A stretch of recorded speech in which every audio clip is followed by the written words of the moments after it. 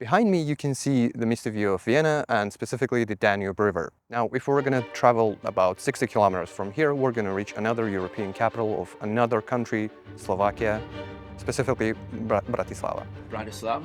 Yeah. Bratislava! Every hour, a bus leaves from Vienna to Bratislava or vice versa, and it takes about 45 minutes of travel. So yeah, technically you could live in Bratislava and commute daily to Vienna because the salaries are higher. Here in Vienna, it's around 2,600 euros, and in Bratislava it's about 1,300 euros.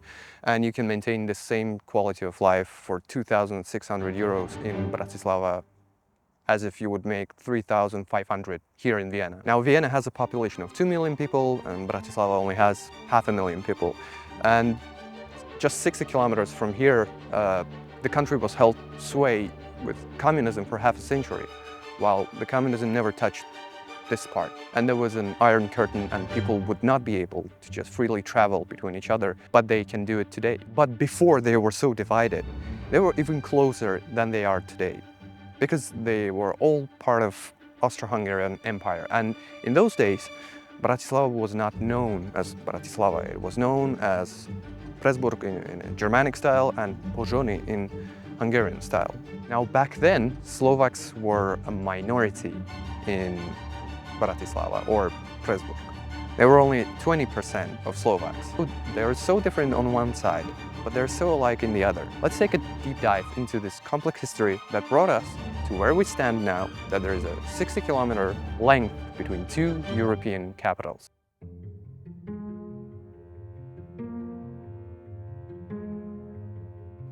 For several centuries, they were a part of the same empire, the Austro-Hungarian Empire, which ended when the World War I ended, and as we know, it resulted in a dissolution of the Austro-Hungarian Empire. Austro-Hungary lost World War I.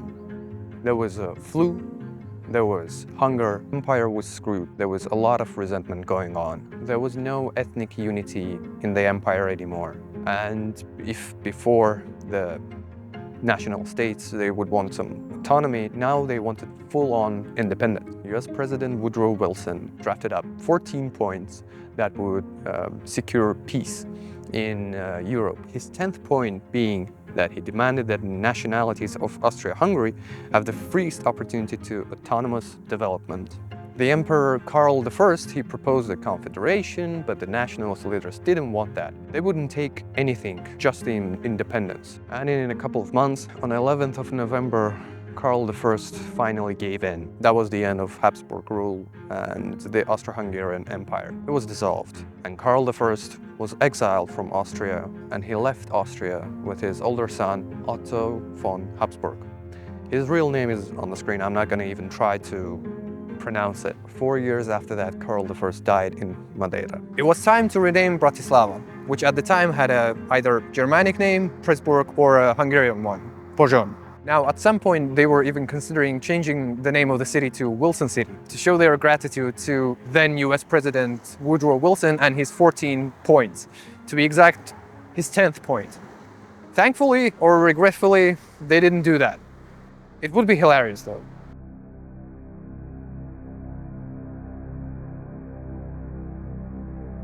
In between two wars, the time was hectic for both countries, but I would say more so for Slovakia. Due to a Hungarian influence to Slovakia, the first actual republic in Slovakia was a Slovak Soviet Republic. It existed for a whopping 2 months. It was the first of two communist republics in Slovakia, and it was led by a Czech journalist, Antonín Janoušek. After 2 months, the Czechoslovakian troops took over the whole of Slovakia, and now Bratislava was part of Slovakia. Austria, however, was going in a different direction. It was now a landlocked state, and the winners of World War I, they had a preferential treatment towards the national states that used to be part of Austro-Hungarian Empire, but was not Austria or Hungary. And that left many German and Hungarian-speaking people outside of their homeland. To them, it was embarrassing and it was unfair, which led to political unrest and the rise of extremist view, which in its own case led to World War II. As a result of that, we have learned about new leaders of the world, one being USA and the other being Soviet Republic with its communist ideologies. And while Austria pleaded neutrality, Slovakia succumbed to the Soviet influence and became a communist state.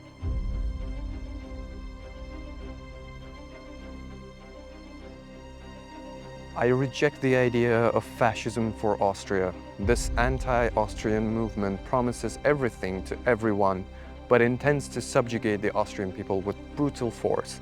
We will not allow our beautiful homeland to become an exploited colony, nor Austrians to be treated as second-class citizens. Otto observed the events from afar. He fled to Washington in 1940 because Hitler ordered an execution without trial whenever they would see him. Hitler was always interested in taking Austria. He hated the Habsburgs from the beginning, because as he wrote in his Mein Kampf, incidentally, that the Habsburgs were friendly with the Jews, friendly with gypsies and so on. You see, because that notion of a multinational empire was something entirely opposite to his idea of blood and race and so on. It was only in 1968 that he was allowed to go back home to Austria. Meanwhile, the Iron Curtain loomed all over Europe. The main symbol of the Iron Curtain is the Berlin Wall, but it stretched across all of the borders. It politically separated East and the West. Even to this day, when Iron Curtain has already fell, people are still dividing politically the East and the West by where that border was. Now, anti-tank defenses stood all over that border, and crossing the border from Austria to Slovakia was forbidden without authorization. You can see one right behind me. And I am free to walk over here however I want because of the Schengen. In the late 80s, something significant happened, which marked the beginning of an end for an Iron Curtain. The Pan-European Picnic, a symbolic gesture which was agreed upon by Austria and Hungary. The border gates were opened for 3 hours. About 600 Germans made their escape to the west. Now, the organizers for this event were Ferenc Mészáros and Otto von Habsburg. The last heir to the Habsburg throne initiated the end of the Iron Curtain. The Iron Curtain itself fell only 2 years later.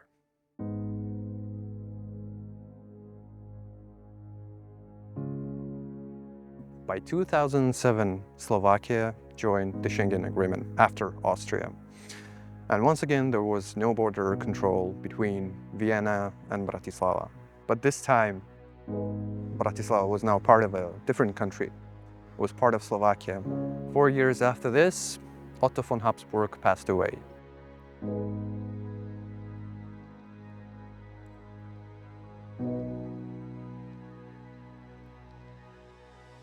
Four years after his death, the European migrant control began.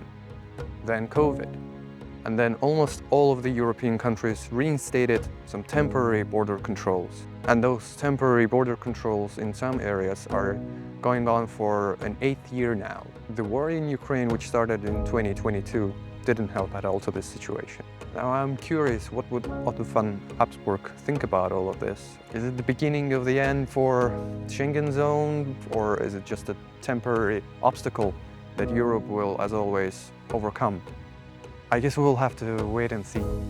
And for me, it is time to move on to other borders, which may be not so open as this one.